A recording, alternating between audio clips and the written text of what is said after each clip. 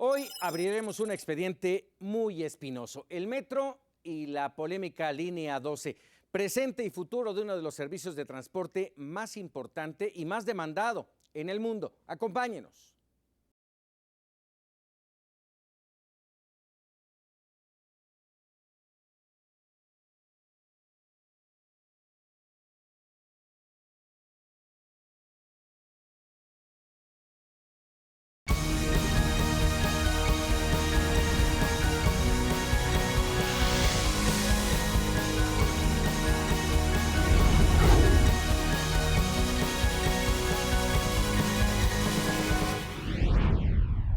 En Expedientes TVC, Jorge Gaviño, el director general del Sistema de Transporte Colectivo Metro. Jorge, gracias por estar con nosotros. Al contrario, Paco, un gusto estar contigo y gracias al auditorio también. 46 años recién cumplidos de este sistema de transporte vital para la Ciudad de México.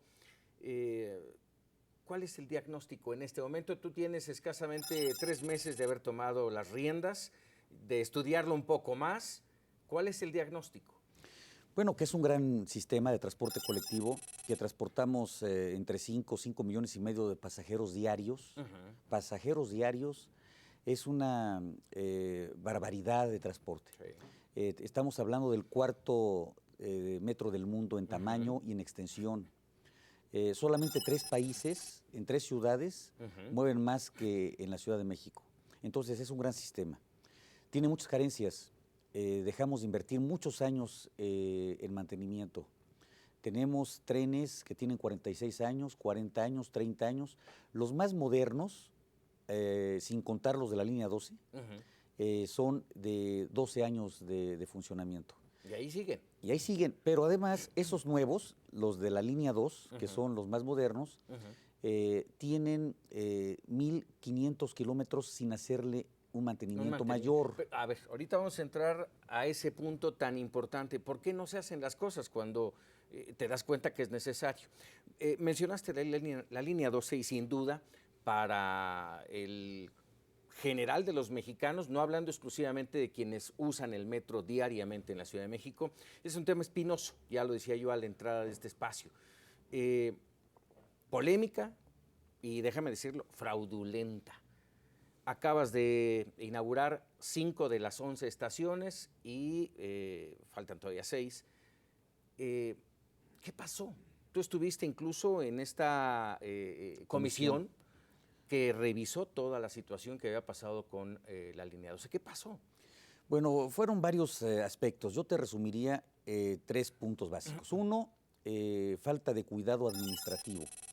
Se hizo un convenio que no era el adecuado. En todo el tiempo de los 46 años del metro se han hecho contratos con las empresas distintos al que se hizo ahora. Siempre se hacían, así se llaman, es muy técnico el nombre, es contratos a precios unitarios, siempre se habían manejado así. Y ahora innovaron y hicieron un contrato a precio alzado. Y esta diferencia, pues fue la diferencia, porque pierdes control de la calidad de obra, pierdes la supervisión de la obra, pierdes muchas cosas. Entonces, ahí hubo un error muy grave. Luego, hubo otro error administrativo financiero que tiene que ver con lo siguiente. Eran 17,500 millones de pesos lo que tenía de presupuesto el gobierno de la ciudad para hacer la obra. Se hizo una licitación. La empresa fue un consorcio, la empresa que cotizó menos, cotizó en 22,500 millones. Sí. ¿Qué se debió haber hecho? Declarar desierto, porque no había correspondencia entre el presupuesto que se tenía y lo que estaba presupuestando la empresa. Sin embargo, se asignó el contrato, no obstante que había una diferencia, y se le adjudicó en 17,500 millones de pesos, racionalizando, así se fue la palabra, el contrato. Un grave error. ¿Por qué? Porque el trazo original de la línea era subterráneo hasta Tláhuac. Había 23 estaciones proyectadas, subterráneas. Cuando vas por abajo de la tierra, no tienes problema de estar expropiando predios, no tienes problemas porque vas por el subsuelo. Entonces, como nosotros nos fuimos por arriba como gobierno de la ciudad, tuvimos que respetar las calles, que son muy sinuosas, que es una calle prehispánica, una avenida prehispánica muy comprometida, Sí. muy delgada. Y para respetar el presupuesto de 17.500 millones de pesos, se tuvieron que hacer por arriba las estaciones. Es más barato construir viaducto elevado que construir subterráneo. Entonces, y además ya no construimos las 23 estaciones, construimos nada más 20 estaciones de las 23. Entonces quedamos 9 estaciones subterráneas, 9 estaciones en viaducto elevados y 2 a flor de tierra. Entonces, eso fue un gran problema, porque entonces ya tenemos una vía más angosta, muy sinuosa, y luego cuando hacemos pasar un tren muy grande, muy pesado, pues ya tenemos algún problema ahí de fricción muy grave entre la rueda y el riel. Sí, porque además, por una parte estaba la construcción como tal de la vía y por el otro lado la adquisición de trenes. No había una correspondencia, Sí. no había un solo ente encargado entre la construcción y la compra de los trenes, entonces tampoco hubo una correlación, una articulación cabal entre esas dos partes. ¿Cuándo se dan cuenta de esto? Nosotros nos dimos cuenta prácticamente de inmediato cuando empezamos a revisar los expedientes. ¿Y cuándo se dan cuenta del problema de la ondulación de las vías? Bueno, había una situación que se detectó antes de la inauguración. Fíjate. Antes de la inauguración se tuvieron que levantar 1.200 metros de acero porque estaba ya con un grave proceso ondulatorio, un desgaste ondulatorio la vía. Entonces el consorcio constructor tuvo que levantar la vía porque no sabían las causas, pusieron una vía nueva y entonces inauguraron. Pero bueno, ya se sabía que había un problema de desgaste ondulatorio. Esa inauguración fue más una cosa por premura. Había necesidad de... Hubo prisas. Sí, había prisa. Hubo prisa porque, bueno, finalmente, si tú ves que no acabas una obra de esta magnitud, pues no hay problema. O sea, finalmente te tardas unos meses más, un año más, y haces las cosas con la calma necesaria. Y si se detecta un desgaste ondulatorio de esta magnitud antes de la inauguración, pues tienes que empezar a revisar cuál fue la causa del desgaste ondulatorio y corregir el error. Y además un error que pudo, afortunadamente no, pudo haber costado vidas. Si no se para, valga el término, a tiempo esta situación. 1 año, 9 meses se detuvo, se trabajó sobre este asunto, se acaban de abrir estas 5 estaciones. ¿Cuánto costó esa apertura? Bueno, la Asamblea Legislativa, en la 6ª Asamblea Legislativa, autorizó un monto aproximado de 900 millones de pesos, 880, algo así. Pero ha costado, entre estudios y proyectos y todo lo que va a costar el tramo elevado, cerca de 1.100 millones de pesos. Eso es lo que va a costar la reparación. Pero todavía nos faltan algunos temas. Falta la parte subterránea. Falta la parte subterránea y falta la curva 1 y 2.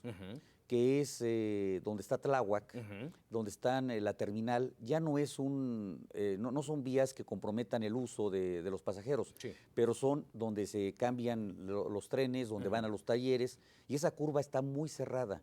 Es una curva extremadamente cerrada y es ahí precisamente donde empezó el desgaste ondulatorio. El desgaste ondulatorio es como un cáncer. Haz de cuenta que es un cáncer en la vía, que de pronto se empieza a ondular, y una vez que se empieza a ondular, se van contaminando las ruedas, se van también achatando, las ruedas se van ochavando, y luego se van también achatando los rieles. Y entonces es un golpeteo, haz de cuenta que se van poniendo las ruedas cuadradas, y cada vuelta es un golpeteo de toneladas de peso sobre la rueda y sobre el riel. Dime una cosa, hablando de la ondulación, de este problema de la ondulación, ¿es normal, cierto? Siempre hay desgaste ondulatorio en todas las vías férreas. En todas. En todas. Nada más que hay grados de desgaste. Ondulación, claro. O sea, no es posible que un mes antes de la inauguración tengas que cambiar 1.100 metros de vía porque ya se te onduló la vía. O sea, algo está pasando muy irregular. Tú cuando detectas este problema, lo tienes que atender de inmediato. Siempre va a haber desgaste ondulatorio. Pero si lo estás tú atendiendo con mucho cuidado, con un manual específico de trabajo. De cuidados y mantenimiento. Tienes que meter un mantenimiento adecuado, tienes que meter lubricantes adecuados, tienes que estar cuidando de que no se aflojen las sujeciones, que no se te vayan a fracturar las vías o los rieles o los durmientes. Dime una cosa más. Estamos platicando con Jorge Gaviño, el director general del Sistema de Transporte Colectivo Metro. Faltan estas seis estaciones. ¿Cuánto más económicamente hablando? Bueno, no tenemos todavía el presupuesto final porque nos está faltando lo que se llama el proyecto ejecutivo. Una cosa muy importante que señalamos en aquel entonces en la Asamblea Legislativa es de que se había iniciado la obra sin proyecto ejecutivo. Si tú no tienes un proyecto ejecutivo, no sabes exactamente cómo vas a trabajar. El proyecto ejecutivo es un plan, es un programa específico. Si no lo tienes, pues da igual para cualquier camino que vayas. Entonces, nosotros tenemos que tener un proyecto ejecutivo. La instrucción que dio el jefe de gobierno a partir de estos problemas que tuvimos es de que ninguna obra se debe de iniciar, se debe de iniciar sin un proyecto ejecutivo previo. Entonces, incluyendo evidentemente la reparación. Claro. Entonces, nosotros estamos en este momento elaborando un proyecto ejecutivo del subterráneo. ¿Qué es lo que tenemos que hacer? Porque además hay otra doble complicación. Déjame que te interrumpa. Este es otro error más, como tú lo acabas de manejar, del proyecto original, que por lo que veo no había proyecto. No había un proyecto original. Exacto. Sí. Déjame preguntarte entonces, ¿dónde están los responsables? ¿Qué va a pasar con los responsables? Tú ya te estás encargando de echar a andar de nueva cuenta el sistema, la línea dorada. Seguramente en unos meses más ya todo el mundo estará usando y disfrutando de este sistema de transporte. ¿Y los responsables? Bueno, nosotros en la oportunidad de vida... Cebrar porque, bueno, ya sabes. En su oportunidad de vida, la Asamblea Legislativa, todos los partidos políticos, absolutamente todos los que participábamos ahí, dimos un dictamen, un informe. Y en este informe señalamos tramos de responsabilidad, como el que estoy diciendo. Alguien firmó el contrato, un contrato equivocado, erróneo, desde el punto de vista jurídico.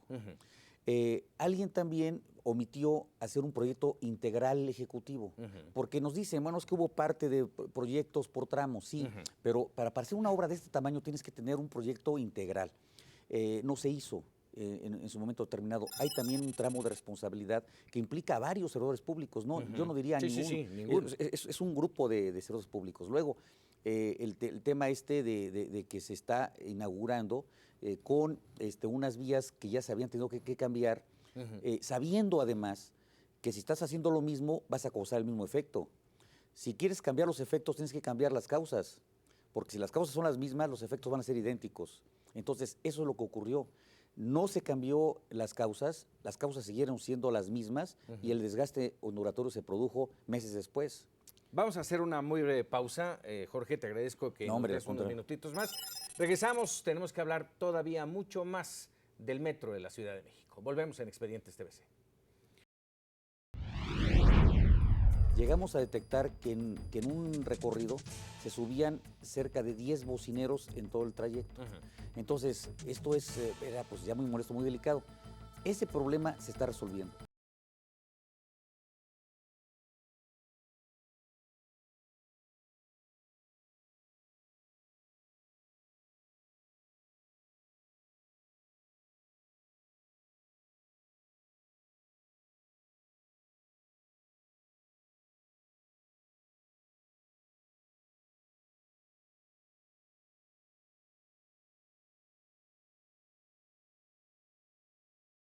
Llegamos a detectar que en un recorrido se subían cerca de 10 bocineros en todo el trayecto. Entonces, esto era pues ya muy molesto, muy delicado. Ese problema se está resolviendo. Continuamos en Expedientes TVC, nos acompaña Jorge Gaviño, el director general del Sistema de Transporte Colectivo Metro. Jorge, no nos quisiste hablar del asunto de los responsables. ¿Qué va a pasar con ellos? ¿Van a pagar? No, bueno, mira, a ver, hay dos organismos encargados de la revisión de estos temas de responsabilidades. Uno es la Contraloría del Gobierno de la Ciudad y el otro es la Procuraduría del Gobierno de la Ciudad. Y también sus correspondientes federales, que es la Procuraduría y la Función Pública. Hay elementos para citar a los servidores públicos responsables y fincarles la responsabilidad correspondiente. Tengo entendido que ya hay cerca de 50 responsables que han sido inhabilitados o sancionados o multados. Y hay 3 detenidos y hay otros 3 con órdenes de aprehensión que no han podido ser detenidos.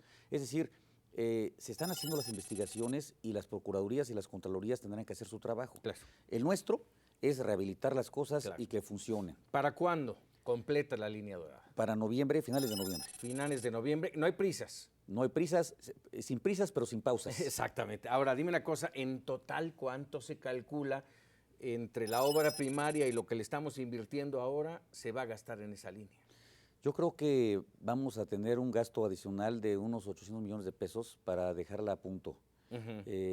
Sin embargo, también hay que señalar que tenemos que tener un presupuesto anual de mantenimiento específico. Esa línea va a tener que tener un gasto adicional. Si cambia el mantenimiento, habrá que hacer un mantenimiento más exhaustivo. Muy cuidadoso, exhaustivo, de revisión de niveles, de que no se nos desgaste más de la cuenta, que no empiece otra vez el proceso de desgaste ondulatorio. Eso, ¿qué nos garantiza a los usuarios del transporte colectivo que no hay riesgo? Bueno, primero que es una línea muy segura, realmente es muy segura. Como está quedando, es muy segura. ¿Qué estamos haciendo? Mira, yo te pondría el siguiente resumen. Estamos cambiando todo el balasto. El balasto es todo lo que amortigua, el balasto es la gravilla, la grava que está abajo de los durmientes. Luego los durmientes son como de ferrocarril. Ya no son más delgados como los que se conocieron al principio. Son unos durmientos que pesan 3 veces más y son mucho más... Soportan más. Soportan más concreto tensado, en fin, pretensado. Además son todos importados porque no se fabrican en México. Se van a empezar a fabricar ya. Luego viene otro tema que es, por ejemplo, las vías que son con un acero más fuerte, más duro, en las curvas. Esas curvas ya no se van a desgastar tan fácilmente porque tiene más dureza que el acero de las ruedas. Entonces, ¿qué se va a desgastar ahora? Las ruedas de los trenes. Eso es mucho más fácil revisarlas y cambiarlas, porque todos los días se revisan las ruedas de los trenes, todos los días. Cuando llegan los trenes, antes de la mañana, a las 5 de la mañana, se están revisando las ruedas que estén en perfecto estado geométrico, que sean redondas, en fin. Si hay algún problema, se mandan reperfilar, que es como una especie de torno que se desgaste y se vuelve a dejar otra vez en geometría. Entonces, eso va a ser más fácil repararlas. Es más caro, pero es mucho más seguro. Mantenimiento. Bueno, finalmente. Sí. Ahora, línea 12, afortunadamente la línea 12 no es nada más metro. Hay muchas cosas más, hay muchos problemas más en el sistema de transporte colectivo, más eficiente, yo me atrevería a decir, más eficiente de la Ciudad de México. ¿Cuáles son los retos? Los retos son reparar todos los trenes. Tenemos que reparar todos los trenes. El compromiso del jefe de gobierno, y que nosotros asumimos con mucho entusiasmo, es reparar todos los trenes de la 1, de la 2 y de la línea 3, más 85 trenes de las restantes líneas. Es decir, el 80% le vamos a dar un mantenimiento exhaustivo a los trenes en 3 años. Ahora dime, hablaste al principio de este espacio, de esta entrevista, de la antigüedad de los trenes y de cuánto se tiene. 2 puntos. Cuando hablas de reparar, ¿tienen reparación o hay que adquirir nuevos? Y la otra es, ¿son suficientes trenes los que tenemos ahora para el servicio? Nos faltan trenes, vamos a tener que adquirir más. De entrada vamos a comprar 15, vamos a comprar todavía con las ampliaciones, tenemos que comprar otros adicionales, tenemos que ir a Chalco. ¿Son diferentes para cada línea? Sí, son, digamos, 2, 3 tipos de trenes. Unos son férreos, de los de la línea 12, los de la línea A son férreos, que son distintos a los de la línea 12, son distintos. Y luego tenemos los neumáticos. Los neumáticos, que esos, digamos, son universales para todas las líneas, que tenemos que hacer algunos ajustes con pilotajes automáticos de una línea a otra, pero son, digamos, similares. Ok. Mencionaste el tema de los pilotajes automáticos, línea 1 y 2. Habrá que hacerles algo. Sí, tenemos que cambiar el pilotaje de las 3 líneas, de la 1, de la 2 y de la 3, pero urgentemente de la 1, que es la línea más antigua, y de la 2. ¿Qué hacen estos pilotajes automáticos? ¿Qué son? Son unas balizas, digamos, unas computadoras que están a lo largo de la vía y que emiten radiofrecuencia. Cuando va pasando el tren se va ubicando con un cerebro electrónico que tiene en cada tren, se va ubicando y entonces va diciendo, ya pasó el primer vagón, ya pasó el segundo, ya pasaron 9 vagones, ya sabe la baliza y todo el sistema que pasó el tren.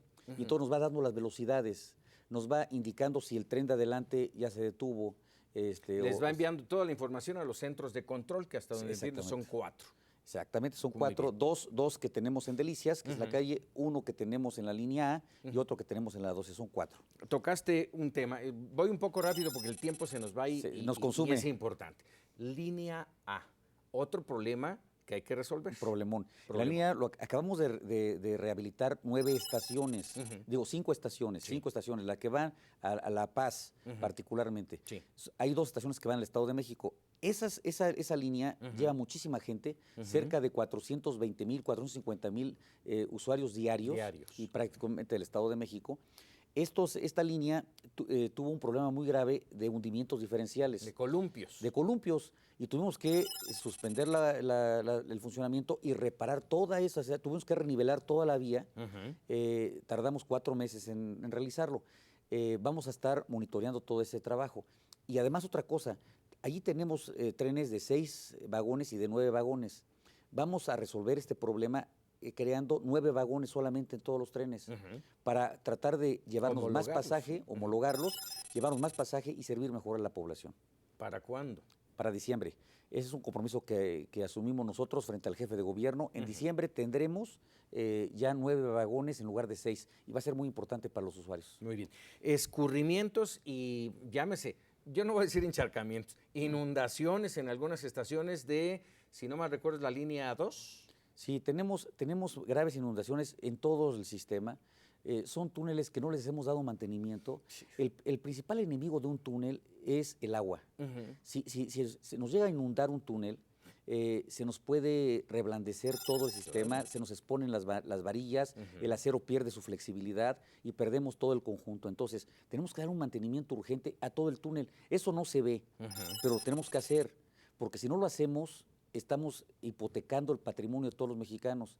Entonces, ¿por qué no se ha hecho? Porque no hay mucho dinero y el dinero que se invierte es para que se vea. Nosotros vamos, por instrucciones del jefe de gobierno, a invertir todo el dinero, aunque no se vea, pero que se sienta, porque son los túneles muy importantes, es prácticamente las venas de la ciudad. Estamos recorriendo cerca de 300 kilómetros de túneles. Todo esto recae en tu administración, Jorge. El tiempo va empezando a pasar. No sé si hay el presupuesto y los recursos para hacer todo esto que nos estás diciendo. Bueno, no tenemos todo el recurso. Vamos a hacer proyectos trianuales. Vamos a dejar inclusive algunos proyectos que van más allá de la administración, pero que se vayan haciendo. En 3 años el compromiso es renivelar todas las vías, arreglar todos los túneles de la línea 1, corregir los problemas que tenemos en la línea 2, también en los túneles y en el que va a Flor de Piso, Tlalpan, corregir varias estaciones de la línea 1 completas y de la línea 2 varias estaciones, reparar Pantitlán, tenemos un problema en Pantitlán muy delicado.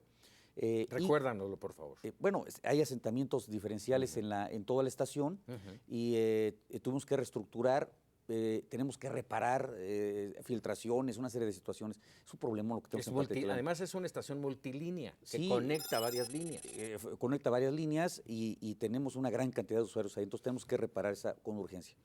Y luego tenemos prácticamente los pilotajes automáticos que tenemos que reparar de la línea 1, de la línea 2 completos. Y son muy caros. No, pues bueno, vamos a estar muy, muy apegados a ti, Jorge, para ver...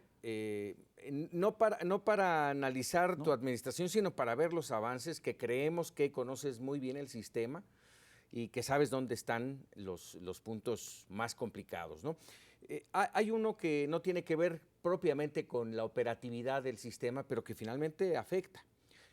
Bocineros, vendedores ambulantes, vagoneros, mafia de delincuentes, drogadictos. ¿Qué se va a hacer? Con toda sinceridad, Jorge, dime una cosa, ¿es viable la solución o no hay solución? Bueno, es una solución muy complicada porque hay muchos factores que rebasan el sistema de transporte colectivo. Es un problema no coyuntural, sino estructural, de estructuras. Problema número 1, bocineros. Esos bocineros era la queja número 1 cuando yo llegué. Todo el mundo me decía, oye, los bocineros se meten, sale un bocinero y entra otro, sale un bocinero. Y efectivamente, llegamos a detectar que en un recorrido se subían cerca de 10 bocineros en todo el trayecto. Entonces, esto era pues ya muy molesto, muy delicado. Ese problema se está resolviendo. Llevamos, yo te podría asegurar, el 95% de la solución de los bocineros. Tolerancia cero. Tolerancia cero. Y no vamos a permitir que entre ningún bocinero. Luego llegan con algún asunto con los invidentes, con las bocinas, tampoco los vamos a dejar. Es peligrosísimo para ellos y para los usuarios. Entonces, vamos respetando desde luego todos los derechos humanos que ellos tienen, con mucho cuidado y vamos a hacer. Pero, inseguridad. Bueno, tenemos un problema serio ahí de carteristas. Sí. Pero cuando los detectamos y les regresan la cartera o el celular a la gente, ya no denuncian, Paco. La súplica es denuncien cuando ustedes son objeto de un delito. Ayúdenos a denunciar, porque delito que no se denuncia queda impune. Delito que queda impune se repite. Limpieza y civilidad. ¿Es un metro limpio? Sí, yo te quisiera invitar a las 5 de la mañana, ¿cómo están? Cualquier estación, la que tú me digas, y están limpias. Pero cuando llegan 6 horas después, 7 horas después, pues ya tenemos basura por todos lados. Una llamada de atención para los usuarios. Que nos ayuden a conservar limpio. No podemos poner botes de basura. Todo el mundo me dice, pon bote de basura. No. ¿Por qué?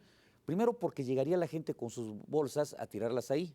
Sí. Y segundo lugar, es peligroso. En ningún metro del mundo se permiten botes porque pueden poner en riesgo la seguridad. ¿Qué podemos esperar de tu administración? Que el metro funcione mejor y que siga creciendo. Esa parte es importante. No hemos crecido desde hace ya un buen rato, digo, salvo la línea A y la línea 2. ¿Va a haber crecimiento? Sí, va a haber crecimiento. Vamos hacia el aeropuerto, vamos hacia Chalco, vamos hacia el observatorio en la línea 12 y en la línea 9. Perfecto. Entonces van a haber varios puntos de crecimiento. Jorge Gaviño, un gusto tenerte en Expedientes TVC. Muchísimas gracias. Paco, un honor. Muy bien. Muchísimas gracias. Y aquí te vamos a estar esperando. Gracias, Paco. Expedientes TVC, un expediente que abrimos usted y yo en términos del presente y el futuro del servicio de transporte colectivo Metro de la Ciudad de México. Nos vemos la próxima.